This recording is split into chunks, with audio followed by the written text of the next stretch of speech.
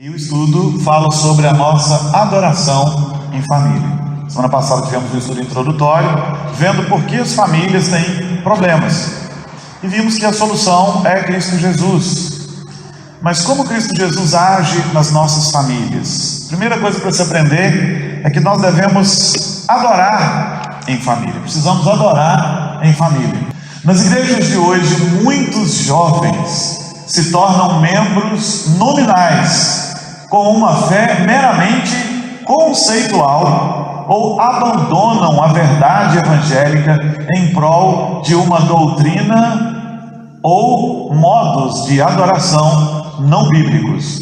Então, na verdade, alguns são só cristãos conceituais. Eles têm um conceito, mas isso não quer dizer que eles tenham de fato crido em Cristo Jesus.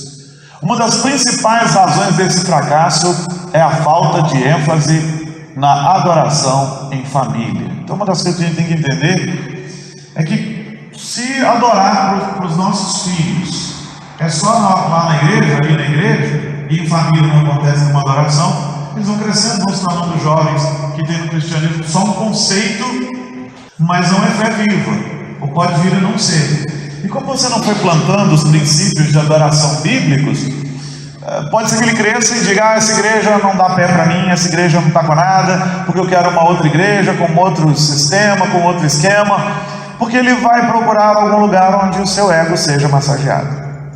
Então nós precisamos adorar em família, para que nossos filhos já cresçam com a perspectiva correta da adoração. Hoje tem muito jovem que é só teólogo de internet, a gente chega aqui, não é exatamente como devia ser, e tem muito adolescente assim, tem muito crente assim, porque isso é uma coisa que tem sido semeada há várias gerações. E outros são só os dos eventos. Tem um evento legal, então grandes coisas aconteceram na igreja. Se não fizeram nenhum evento legal, se não tem nenhum evento legal para eu ir, então, e essa é uma fé imatura. E ela é imatura porque falta a adoração familiar, a adoração em família. E a gente precisa cultivar isso. Josué 24, 14 e 15 é muito conhecido, diz, vamos ler todos juntos? Agora temei ao Senhor e servi-o com integridade e com fidelidade. Deitai fora os deuses aos quais serviram vossos pais além do Eufrates e no Egito, e servi ao Senhor. Porém, se vos parece mal servir ao Senhor, escolhei hoje a quem sirvais. Se aos deuses a quem serviram vossos pais, que estavam da além do Eufrates, ou aos deuses dos amorreus, em cuja terra habitais. Eu e a minha casa serviremos ao Senhor. Eu e a minha casa serviremos ao Senhor. Esse é um texto muito contundente, é um texto muito conhecido, de uma resolução firme de Josué, e há três coisas muito interessantes para a gente observar nesse texto. Quais são elas? Em primeiro lugar, para Josué, a adoração ou o serviço ao Deus vivo não era opcional. Ele não disse assim: escolham hoje a quem sirvais, se aos deuses egípcios ou aos deuses dos amorreus, porque do jeito que vocês estão, vocês têm que escolher que os deuses, mas não é o Deus verdadeiro. Agora, eu e a minha casa serviremos ao Senhor. Ele nunca usou a expressão: eu e a minha casa talvez sirvamos ao Senhor. Não. Adorar a Deus nunca foi algo opcional para a sua família. E não deve ser algo opcional para a nossa família também. Mas em muitas casas é. Vem meu filho ler a Bíblia, não quero. Vem meu filho para a gente orar, não quero. E ele deixa. Vamos meu filho para a igreja, não quero. E ele deixa.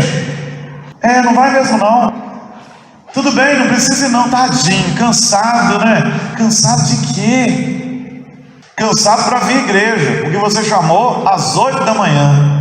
Mas vira para ele às 7 da manhã e fala: meu filho, levanta que nós vamos arrumar, que nós vamos para Ipatinga, para o shopping, porque nós temos que sair cedo, porque nós vamos assistir um filme lá daqui a pouco. Ele pula 7 horas da manhã, ele pula 6. Se você falar no dia anterior, entusiasmado, você não chama, ele te chama.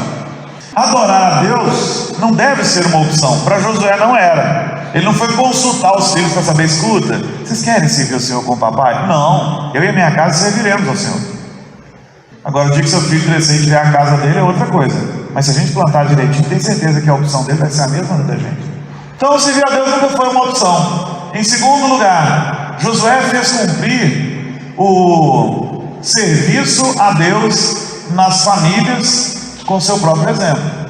Ele não ficou dizendo, olha, sirvam ao Senhor, eu vou pensar. Não. Ele falou, olha, vocês podem escolher quem vocês vão servir. Eu e a minha família vamos servir ao Senhor. Se vocês quiserem servir ao Senhor, está aqui, nós somos um exemplo para vocês. A ideia é essa. Vocês vão escolher quem vocês vão servir. Eu e a minha família serviremos ao Senhor. Haverá problemas? Certamente. Haverá dificuldades? Certamente. Mas nós vamos servir ao Senhor. Esse é o segundo ponto. E o terceiro ponto, a palavra servir, no versículo 15, é uma palavra inclusiva, como adorar muitas vezes nas Escrituras em outros pontos. Servir aqui é adorar, e não está fora de contexto, porque a palavra culto quer dizer exatamente isso, serviço. O culto é um serviço de adoração a Deus. Então o que ele está dizendo é, nós vamos praticar esse serviço de adoração a Deus. Culto não é algo para você assistir. Culto não é um lugar para você ficar estático. Culto é um lugar de serviço. Serviço de adoração a Deus. Quem vem ao culto para assisti-lo é aquele que não conhece a Cristo e de repente, vou lá naquela igreja. Mas o dia em que ele é alcançado pela graça salvadora de Jesus, então ele vem para participar do culto. Ele vem para servir. Ele vem para fazer o que precisar ser feito. E se precisar ser feito alguma coisa para o bom andamento do culto e for requerido dele, ele o faz. A ideia de culto é serviço e não assistência. Culto não é teatro. Culto não é show. Culto é o lugar onde adoramos juntos, em comunhão. É assim que deve ser. Tem muito culto virando show hoje, né? Tem muito culto virando teatro, tem muito culto virando outras coisas. Mas o culto é serviço a Deus, que a igreja deve fazer junto, e a família deve fazer junto. Certamente todo marido, pai e pastor que sirva a Deus deve poder dizer como Josué, ou dirá como Josué. O que diremos? Vamos ler todos juntos? Eu e a minha casa serviremos ao Senhor. Nós buscaremos o Senhor, nós o adoraremos e oraremos a Ele como família. Levemos sua palavra repleta de instruções e reforçaremos esse ensinamento na nossa família. É isso que devemos dizer. Aí você vai dizer, puxa, mas o seu slide estava dizendo assim, todo pai, marido e pastor. Porque é o que somos na nossa casa.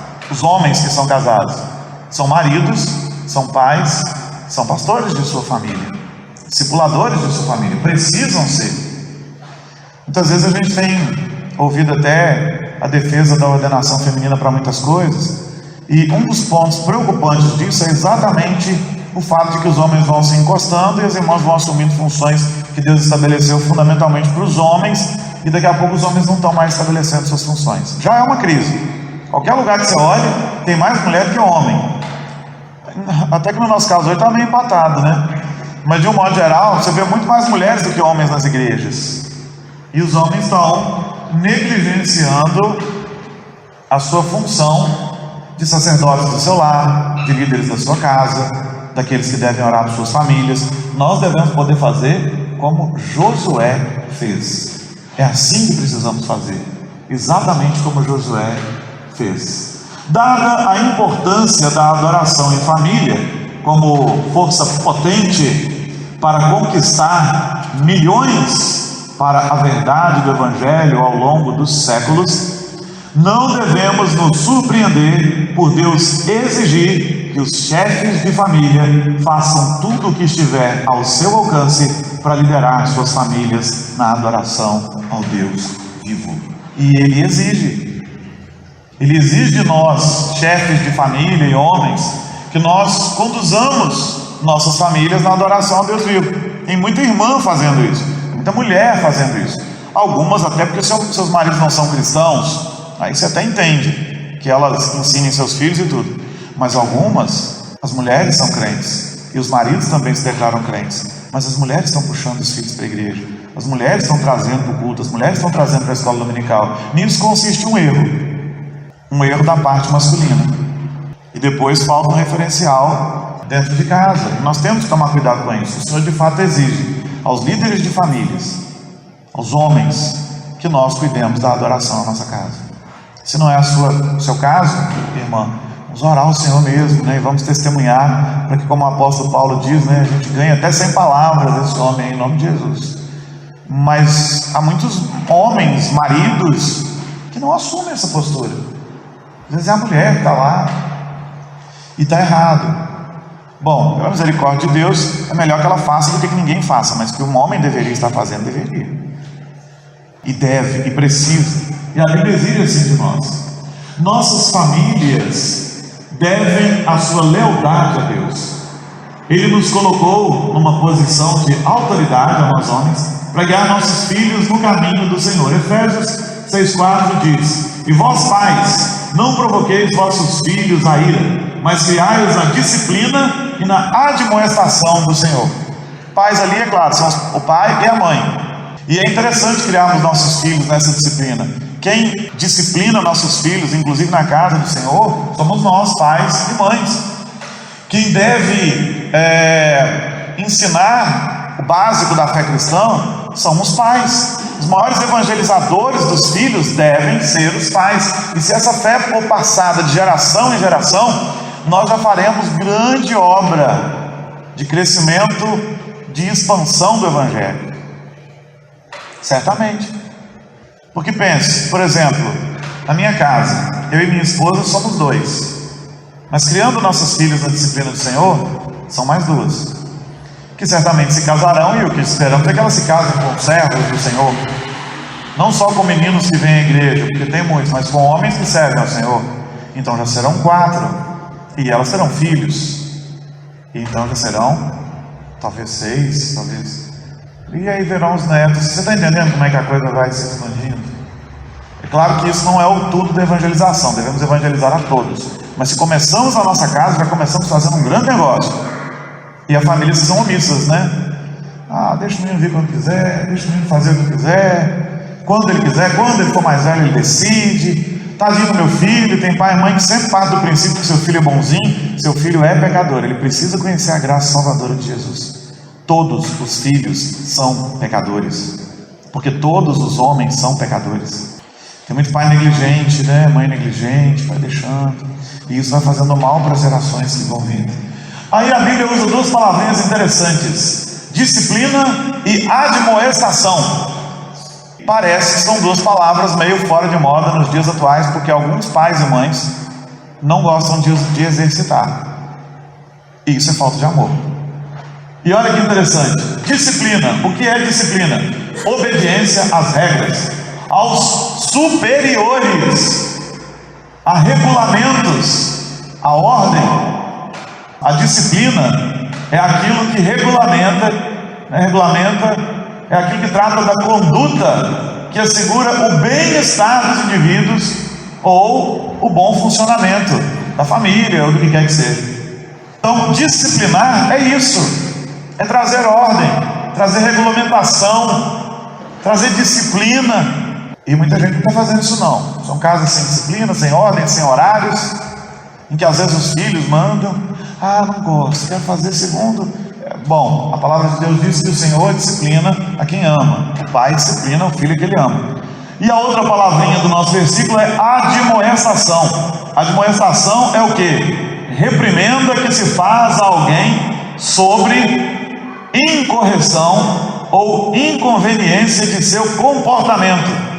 É uma admoestação sobre a sua maneira de ser. É uma advertência, é uma repreensão. Então quando você lê a primeira parte do versículo, diz assim: olha, não provoqueis vossos filhos a ira. Você está vendo? É melhor não contrariar. Mas não é isso que ele está falando não. Não, tadinho, não vou chamar atenção não, para ele não ficar nervoso, irado. Mas não é isso não, porque a segunda parte fala de disciplina, de disciplinar, de trazer ordem, de trazer regulamentação, de trazer uma rotina, que muitas casas não têm, né? Rotina. E a outra palavra é admoestação, que é chamar a atenção, se necessário, para o bom andamento das coisas. Interessante, né? Tem que entender o significado das palavras mesmo. Bom, revestidos com santa autoridade, devemos aos nossos filhos o ensinamento profético a intercessão sacerdotal e a orientação real. Aliás, Jesus tem esses 3 ofícios, de profeta, sacerdote e rei. E agora, ele transfere aos pais esses 3 ofícios para que exerçam sobre seus filhos o ensinamento profético. E o que é o ensinamento profético? É ensinar o que está nas profecias. Quais profecias? As que estão na Bíblia, tá? Nada de nova profecia, eis que te digo, tá? Não, é o que está na Bíblia, o que está na palavra. Porque se vier um anjo de luz e pregar um evangelho diferente, tem que ser desconsiderado, é anátema. Então, a profecia aqui é a palavra, né? Nós exercemos o ofício profético sobre os nossos filhos, ensinando o que está na palavra. Nós intercedemos como sacerdotes que somos de nossa casa. Não está errado. Vós, porém, sois nação santa, sacerdócio real, povo de propriedade exclusiva de Deus. 1 Pedro 2,9. Somos sacerdotes da nossa casa. Devemos interceder pelos nossos filhos e devemos dar a orientação real. Isso quer dizer que a gente regulamenta, dá disciplina, põe ordem, põe horário, põe normas para o bem deles, para o bem da nossa família, dos nossos filhos, da nova geração. Chefes de família precisam implementar a adoração em família no lar. Nós precisamos implementar a adoração em família nos nossos lares. Se não temos, precisamos ter. E antes de desenvolvermos esse assunto até aqui, alguma coisa que você gostaria de perguntar, ou não entendeu, ou quer falar? Não? Então precisamos implementar a adoração em família no nosso lar. Deus exige que nós o adoremos não só em particular, como indivíduos, mas também publicamente, como membros do corpo e da comunidade da aliança, e socialmente, como famílias. Deus espera a nossa adoração assim. Na verdade, quando a gente está lá nos fundamentos da nossa orientação cristã, a gente aprende alguns tipos de culto. Tem o culto público, que acontece na igreja. Tem o culto familiar, que é o culto doméstico, que a gente trata dele. Tem o culto particular, que é a sua devocional particular. E tem o culto da vida. Você deve viver o culto ao Senhor todos os dias, adorando ao Senhor e dando bom testemunho. Aqui nós estamos falando especificamente que Deus nos chama para cultuar particularmente, sim, mas para cultuar em comunidade e para cultuar também em família. Devemos cultuar em família. Então, seguem algumas sugestões para ajudá-lo a estabelecer uma adoração em família que honre a Deus em seu lar. Algumas orientações para, de repente, um culto doméstico. Mas lá em casa somos só eu e minha esposa. Comece agora, para que você tenha disciplina. Somos eu, minha esposa e meu filho. Junte-se com eles. Mas às vezes os horários são desencontrados. Vamos encontrar um horário em que isso possa acontecer. É importante. Mas todo mundo é desencontrado. Então a gente pega um horário e pega outro no outro. Mas é importante que a gente faça. Tem algumas ideias interessantes para a gente desenvolver uma adoração sadia nas novas gerações, no nosso lar. Quais são essas ideias? Segundo as Escrituras, devemos servir a Deus em atos especiais de adoração em família nessas 3 formas. Quais são? Primeiro, instrução diária na palavra de Deus. Devemos adorar a Deus diariamente por meio da leitura e instrução em sua palavra. Tem gente que acha que eu estou orando, tá bom. Não, tem que orar e tem que ler a Bíblia. Tem que orar e tem que ler a Bíblia. Tenha um plano, leve em consideração ocasiões especiais, envolva a família e encoraje a leitura e o estudo particular da Bíblia. E por que não, até o decorar, certamente. Por meio de perguntas e respostas, é uma ideia interessante, pais e filhos devem interagir diariamente uns com os outros sobre a verdade sagrada. Não é só lemos, tá bom, não. Você entendeu? O que a gente achou disso? O que a gente entendeu desse texto? Tem aquele cartãozinho que a gente dá para a igreja de vez em quando, né? O Época, exemplos para seguir, né? Pecados a confessar, ordens para obedecer, e aí vai. É uma boa estrutura para a gente trabalhar textos. E para te provar que Deus de fato espera que a gente adore em família, está lá o clássico texto de Deuteronômio 6 e 7. O que ele diz? Vamos juntos? Essas palavras que hoje te ordeno estarão no teu coração. Tu as inculcarás a teus filhos, e delas falarás, assentado em tua casa, e andando pelo caminho, e ao deitar-te, e ao levantar-te. Deuteronômio 6 e 7. Então é para acontecer em família. A educação judaica acontecia na família. Quando o menino chegava no templo, ele já tinha tido educação em casa, até porque lá no Velho Testamento ele nem tinha muito como ir ao templo, era uma coisa que acontecia e era um momento especial. Não tinha o privilégio de estar semanalmente, várias vezes por semana no templo, como a gente tem tido. No Novo Testamento também, eles tinham a sinagoga a princípio, depois os judeus não os queriam mais nas sinagogas. E como é que eles eram preparados? Os cristãos eram preparados por suas famílias, aquele discipulado ali em casa também.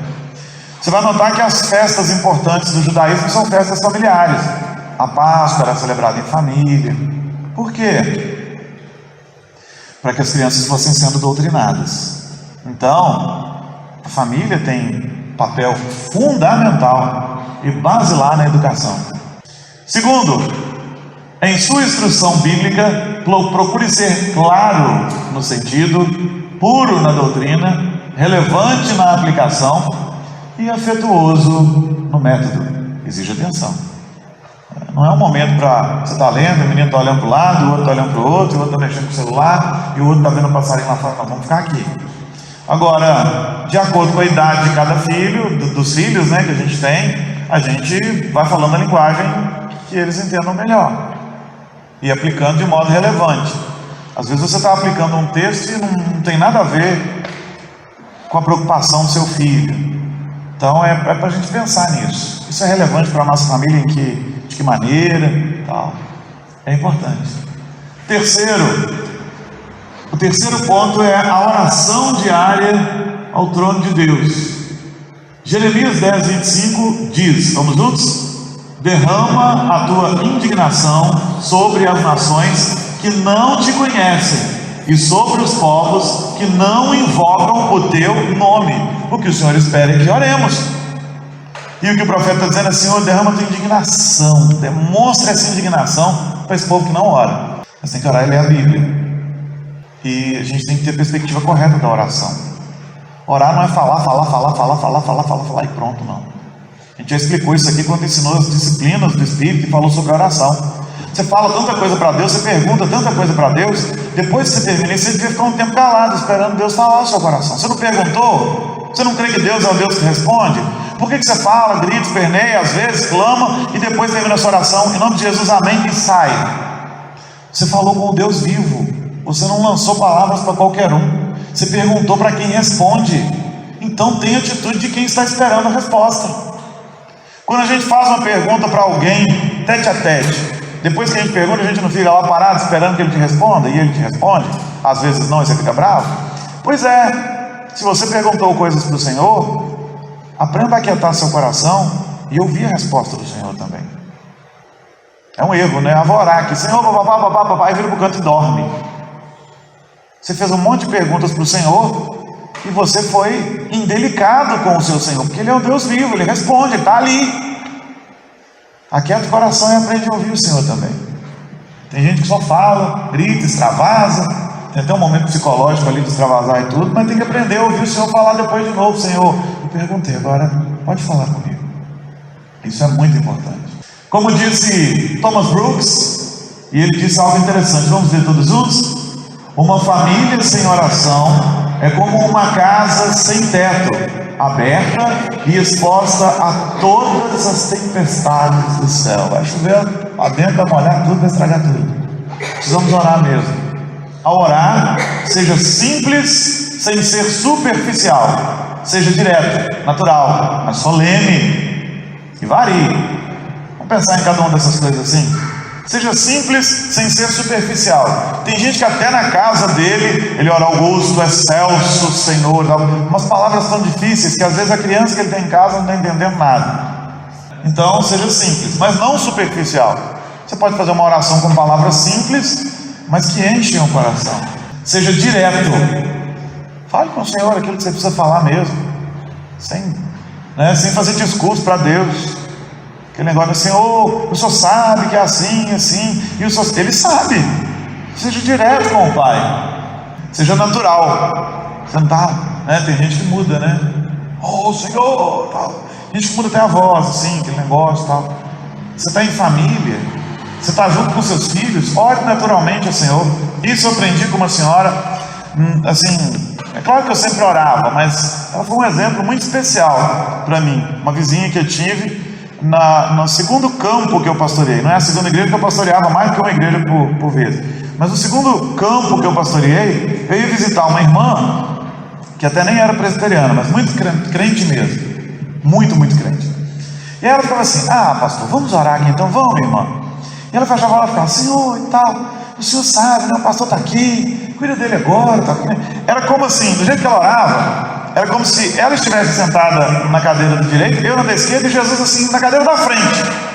A ideia é que, pois é, Jesus, o Senhor está vendo a gente aqui, então o Senhor estende a sua mão aí agora e tal. Era tão íntimo, tão pessoal, tão natural, e é assim que tem que ser. Deus não é íntimo, pessoal, então é assim que tem que ser. Natural, mas solene, porque tem gente que avacalha, Já vi umas orações do tipo, bicho, Deus. Eu já tinha, e nem era cristão, achava um desrespeito a Xuxa com aquela besteira de o cara lá de cima.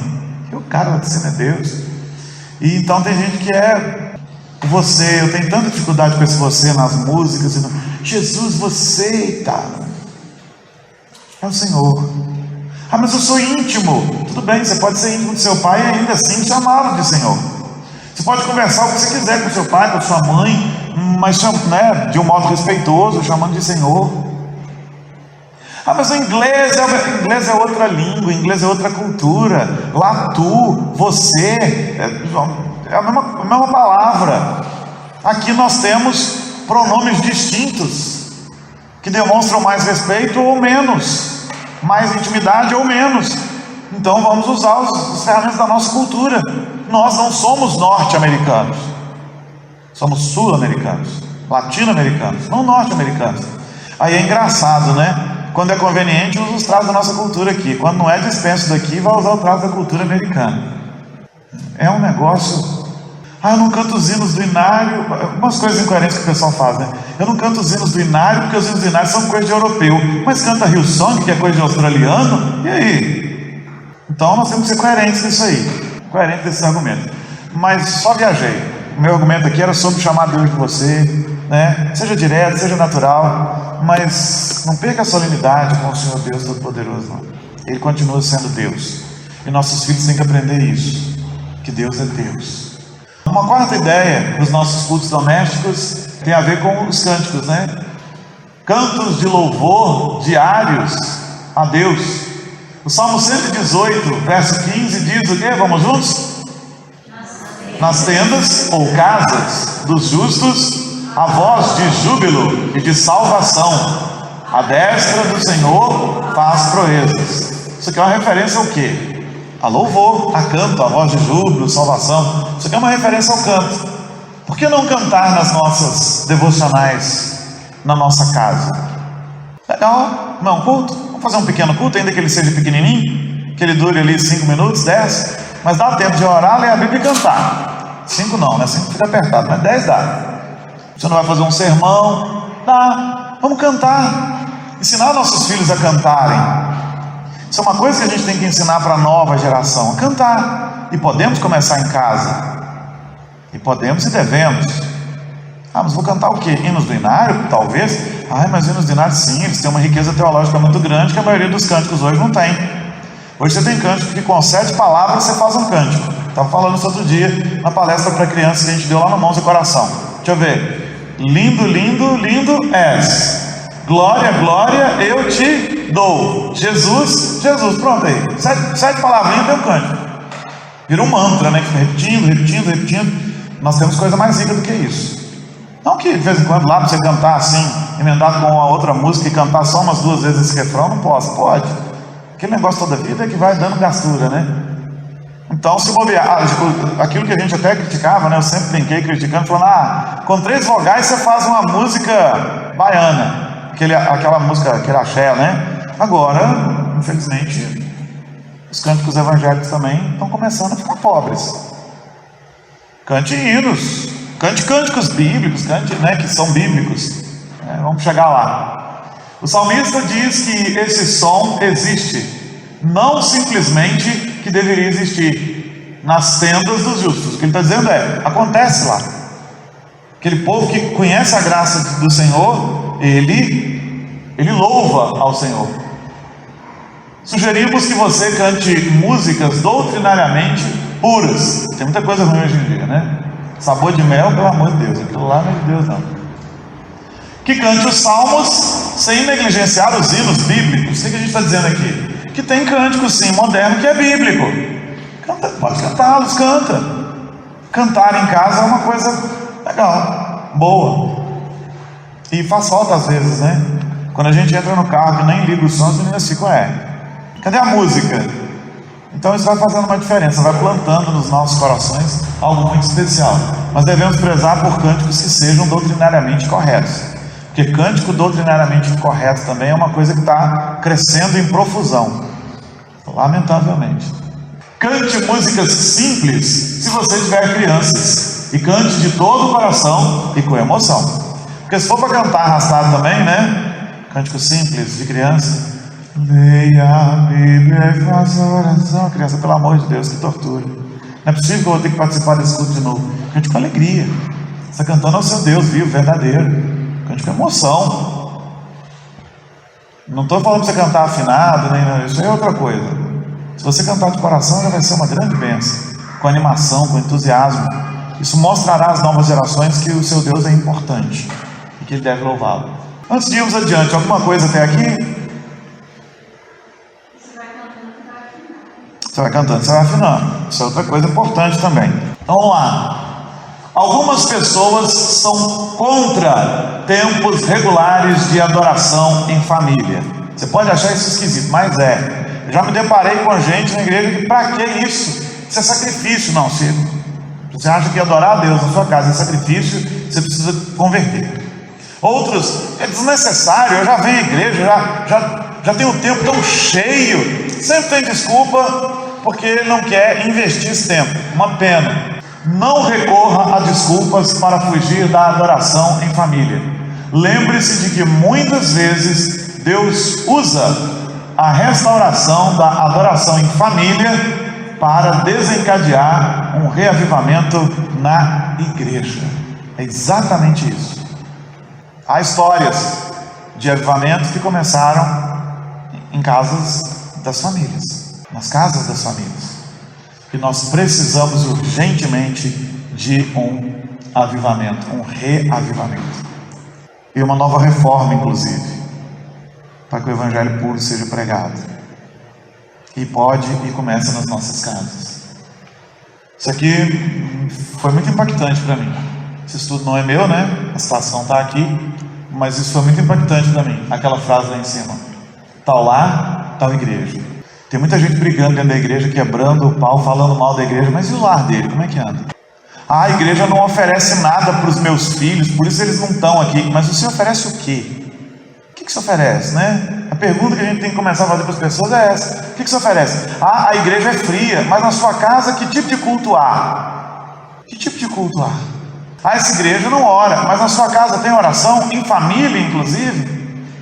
Meu filho não está na igreja, está desviado, a culpa é da igreja, a culpa é do líder da mocidade, da UPA, a culpa é do líder dos jovens, a culpa é do pastor, a culpa é dos presbíteros, porque a igreja não está oferecendo nada para o meu filho. E você, está oferecendo o quê? É uma pergunta para a gente fazer para os pais: o que você está oferecendo para o seu filho? Porque de repente a gente oferece o maná do céu no domingo, mas a lavagem ele come a semana inteira. Tal família, tal igreja. Me impactou muito. A adoração em casa é um fator decisivo no bem-estar da família. Sabe, eu vi coisas interessantes, eu tenho visto coisas interessantes, testemunhos interessantes, de gente que diz assim: olha, o fulano de tal, ele é uma criança, mas ele já tem certeza de salvação, ele já quer dirigir trabalhos na igreja, e aí você vai dar uma sondada. Os pais oram com ele em casa, os pais têm uma preocupação com ele, tal família, tal igreja. Como é que anda as casas? Porque a gente tem que lembrar que a igreja é composta pelas famílias, sobretudo nós presbiterianos que cremos na aliança do Deus vivo. Nós somos aquele povo que crê na teologia do pacto. Nós sabemos mais do que ninguém que a igreja é composta por famílias. Então, como é que está a família? Como é que está a casa? Precisamos adorar em família e buscar o Deus vivo em família. É assim que tem que ser. Então que Deus nos abençoe, que seja assim em nome de Jesus. Amém?